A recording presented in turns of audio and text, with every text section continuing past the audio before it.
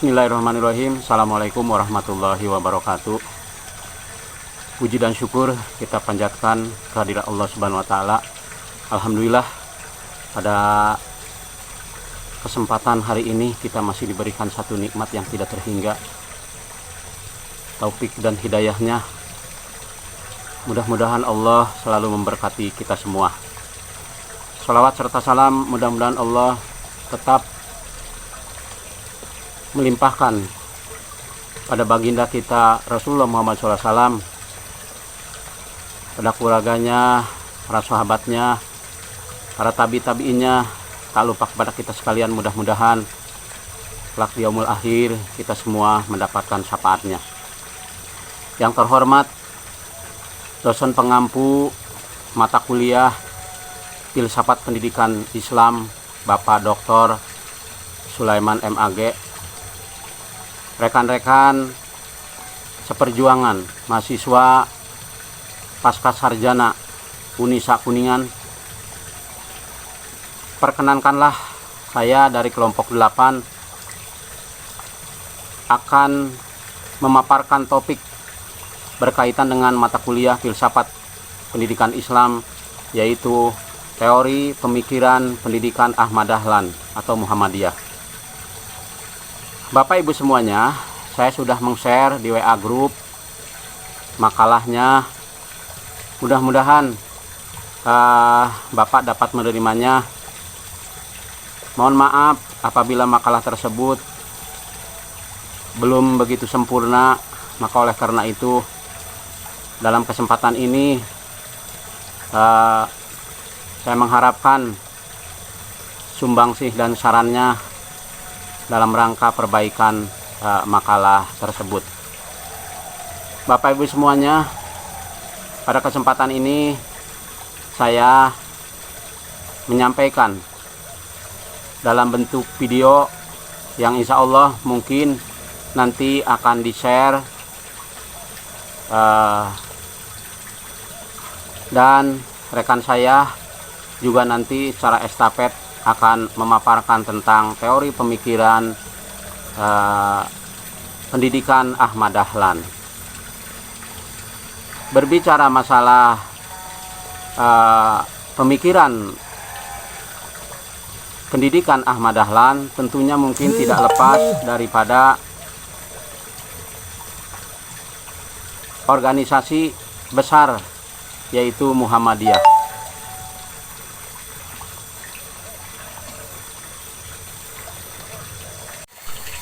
Muhammadiyah merupakan gerakan umat Islam yang lahir di Yogyakarta, yaitu tanggal 18 November tahun 1912, yang perkembangannya naik secara signifikan sekitar tahun 1920-an. Di saat gerakan-gerakan organisasi yang lain justru mengalami perpecahan, Muhammadiyah mengalami peningkatan. Muhammadiyah merupakan organisasi terbesar kedua setelah Nahdlatul Ulama. Pendidikan adalah merupakan salah satu trademark gerakan Muhammadiyah.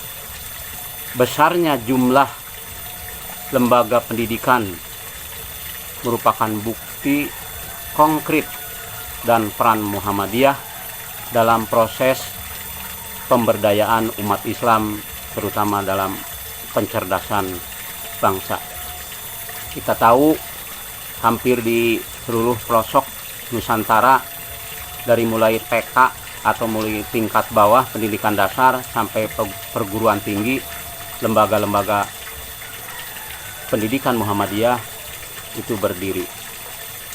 Dalam konteks ini, Muhammadiyah tidak hanya berhasil mengentaskan bangsa Indonesia dan umat dari kebodohan dan penindasan, tetapi organisasi Muhammadiyah juga menawarkan satu model pembelajaran sistem pendidikan modern yang telah terjaga identitas dan kelangsungannya. Bahkan peran Muhammadiyah itu sampai kini tetap menjadi harapan umat dan bangsa. Selain ormas Islam lainnya seperti Nahdlatul Ulama, Persis, PUI, dan lain sebagainya.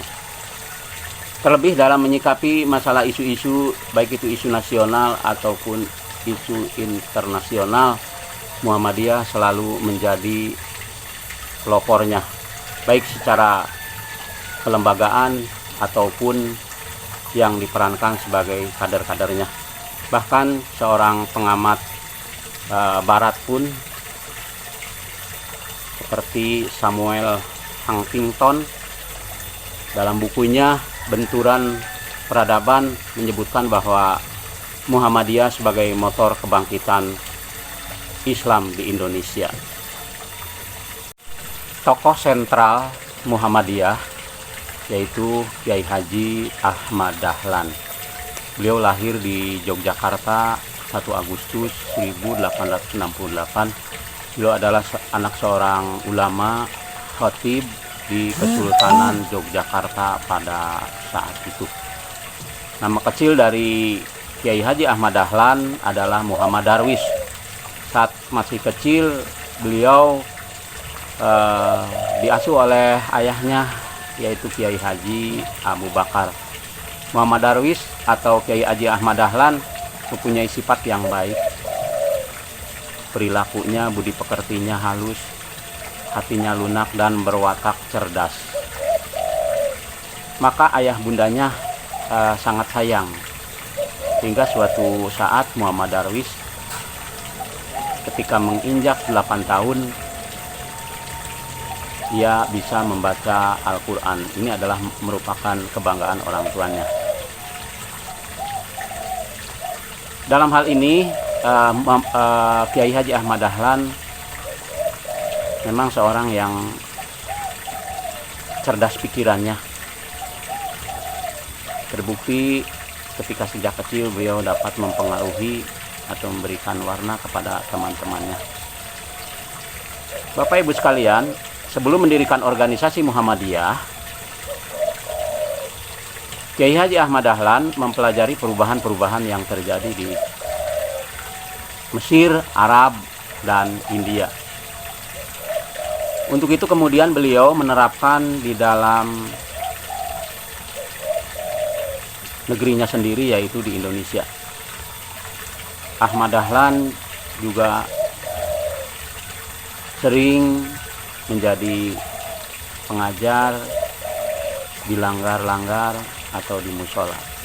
Ada beberapa faktor yang menyebabkan latar belakangnya berdirinya Muhammadiyah. Pertama, kehidupan beragama pada saat itu di Indonesia jauh dari sudah tidak sesuai, tidak sesuai dengan Al-Quran dan hadis. Karena merajalelanya taklid, bid'ah, dan khurafat yang menyebabkan agama Islam menjadi beku. Yang kedua, keadaan bangsa Indonesia serta umat Islam pada saat itu hidup dalam kemiskinan, kebodohan, dan kekolotan, serta kemunduran. Selanjutnya, yang ketiga adalah tidak terwujudnya semangat ukhuwah Islamiyah dan tidak adanya organisasi Islam yang kuat saat itu. Dan yang keempat adalah lembaga pendidikan Islam yang pada saat itu pesantren dianggap sudah kuno. Adanya pengaruh dan dorongan dari gerakan pemikiran sendiri, yaitu dari faktor intern yang tadi saya sampaikan. Selanjutnya faktor ekstern, faktor ekstern yaitu mencakup adanya kolonialisme di Indonesia. Yang kedua, kegiatan serta kemajuan yang dicapai oleh golongan Kristen dan Katolik di Indonesia. Yang ketiga, sikap sebagian kaum intelektual Indonesia yang memandang Islam sebagai agama yang ketinggalan zaman. Dan yang keempat, adanya rencana politik kristenisasi dari pemerintah Belanda demi kepentingan politik kolonialnya. Bapak Ibu semuanya, barangkali mungkin konsep pemikiran berikutnya akan disampaikan oleh teman saya. Bismillahirrahmanirrahim. Sahabat-sahabat sekalian, mahasiswa pasca sarjana yang kami hormati dan kami banggakan, setelah tadi kita menyimak pemaparan dari sahabat saya, bagaimana biografi Al-Mukarram Kiai Haji Ahmad Dahlan, berikut karya-karya beliau yang sangat-sangat signifikan. Maka kali ini saya akan menjelaskan sedikit tentang konsep pemikiran beliau dalam dunia pendidikan yang kami rangkum menjadi 5 aspek yang akan kami bahas. Yang pertama, lihat dari aspek tujuan pendidikan, yang kedua dari materinya, dan yang ketiga dari metode pengajaran, yang keempat dari segi murabi atau gurunya, pendidik, dan yang kelima dari peserta didik itu sendiri. Baik, tujuan pendidikan menurut beliau yaitu melahirkan individu yang utuh, menguasai ilmu agama dan ilmu umum, material dan spiritual, serta dunia dan akhirat. Pemikiran ini berawal dari melihat kondisi di Indonesia pada waktu itu ada dualisme pendidikan. Yang pertama, pendidikan pesantren yang lebih dominan kepada pendidikan keagamaan, dan yang kedua pendidikan sekolah yang dirintis Belanda yang pada waktu itu terfokus kepada pendidikan umum. Nah, beliau menyatukan kedua ilmu agama dan ilmu umum menjadi sebuah tujuan pendidikan yang diharapkan para pelajar bisa menguasai dua ilmu itu, baik agama ataupun umum. Baik, kita lanjutkan. Selanjutnya, konsep materi pendidikan yang dikembangkan oleh Kiai Haji Ahmad Dahlan. Ini ada 3 pendidikan utama. Yang pertama, pendidikan moral atau akhlak, yaitu untuk menanamkan karakter manusia yang baik berdasarkan Al-Quran dan Sunnah. Yang kedua, pendidikan individu sebagai usaha untuk menumbuhkan kesadaran individu yang utuh, berkesinambungan antara perkembangan mental dan gagasan, antara keyakinan dan intelek, serta antara dunia dan akhirat. Yang ketiga, yaitu pendidikan kemasyarakatan sebagai usaha untuk menumbuhkan kesadaran dan keinginan hidup bermasyarakat. Yang ketiga, tentang metode pendidikan yang dikembangkan oleh Muhammadiyah atau oleh tokoh Kiai Haji Ahmad Dahlan, yaitu metode sintesis, yaitu menggabungkan antara metode pendidikan modern barat dengan pendidikan pondok pesantren.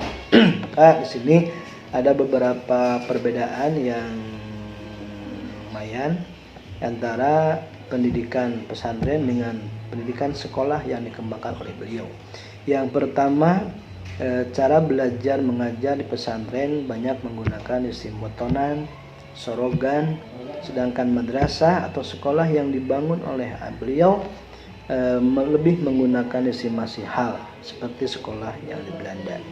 Yang kedua, bahan pelajaran di pesantren ini mengambil kitab-kitab agama lebih kepada kitab-kitab kuning, kitab-kitab salaf, sedangkan madrasah yang dimakan beliau bahan pelajarannya diambil dari buku-buku. Bagaimana tentang hubungan antara guru dan murid? Di pesantren, hubungan guru dengan murid biasanya terkesan otoriter karena para kiai memiliki otoritas ilmu yang dianggap sakral. Sedangkan madrasah yang dibangun beliau mulai mengembangkan hubungan guru murid yang akrab.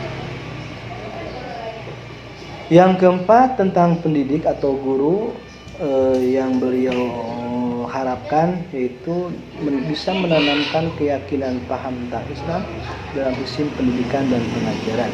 Dan yang terakhir, tentang konsep peserta didik atau siswa metode baru yang diterapkan oleh sekolah Muhammadiyah ini mendorong pemahaman Al-Quran dan hadis secara bebas oleh para pelajar sendiri. Kembangkan tanya jawab, dikembangkan pemahaman makna dan ayat-ayat tertentu yang juga dianjurkan di kelas. Ada peribahasa bocah-bocah dimardikaake pikire atau anak-anak diberi kebebasan berpikir. Itu mungkin kelima konsep yang dikembangkan oleh Al-Mukarram Kiai Haji Ahmad Dahlan sebagai perintis dari organisasi Muhammadiyah. Insyaallah nanti akan lanjutkan dengan oleh sahabat saya. Kurang lebih mohon maaf. Bismillah, alhamdulillah, wassalatu wassalamu ala rasulillah.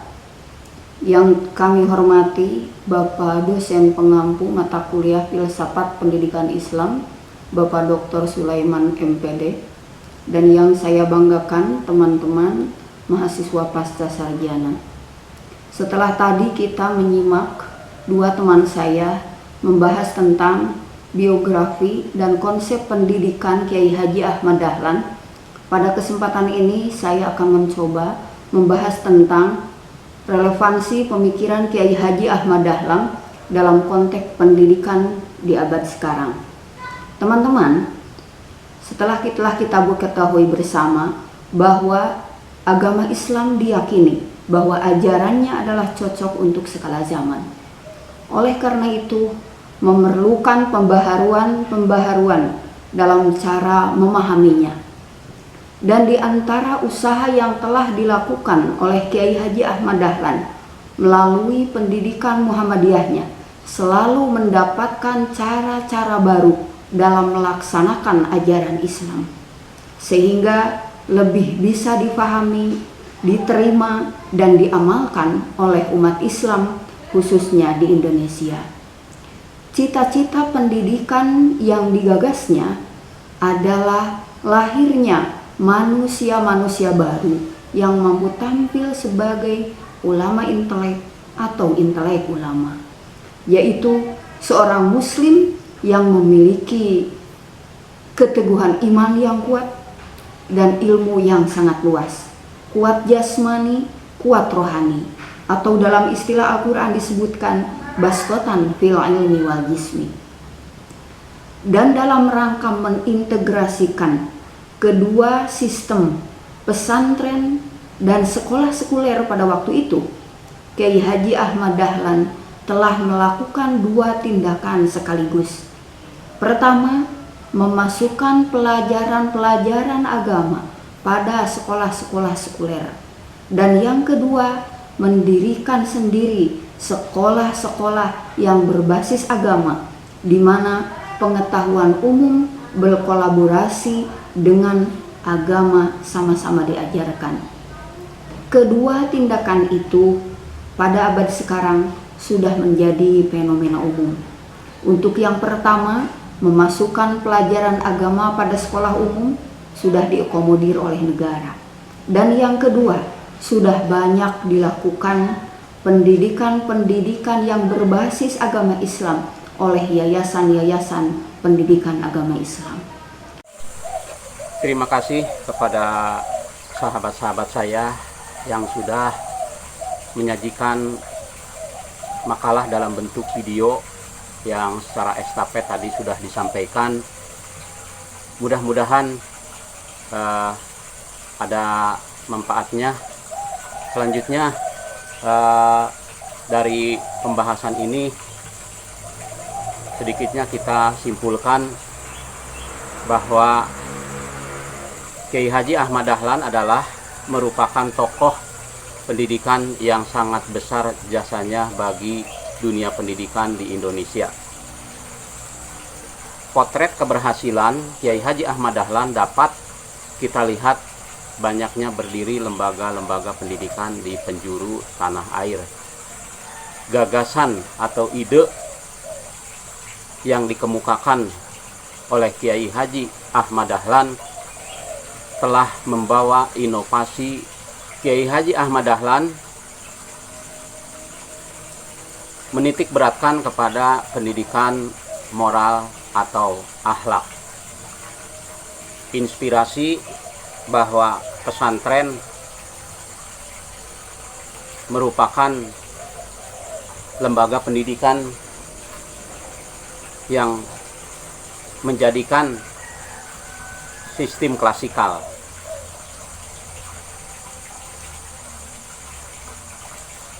Pesantren menjadi inspirasi bagi Kiai Haji Ahmad Dahlan menjadikan sistem pendidikan secara klasikal pada sekolah umum. Kiai Haji Ahmad Dahlan mendahulukan pendidikan moral dan agama. Itulah barangkali sebagai kesimpulan dari penutup dalam materi tentang topik pemikiran pendidikan Kiai Haji Ahmad Dahlan. Oleh karena itu kami dari penyaji mohon maaf dengan secara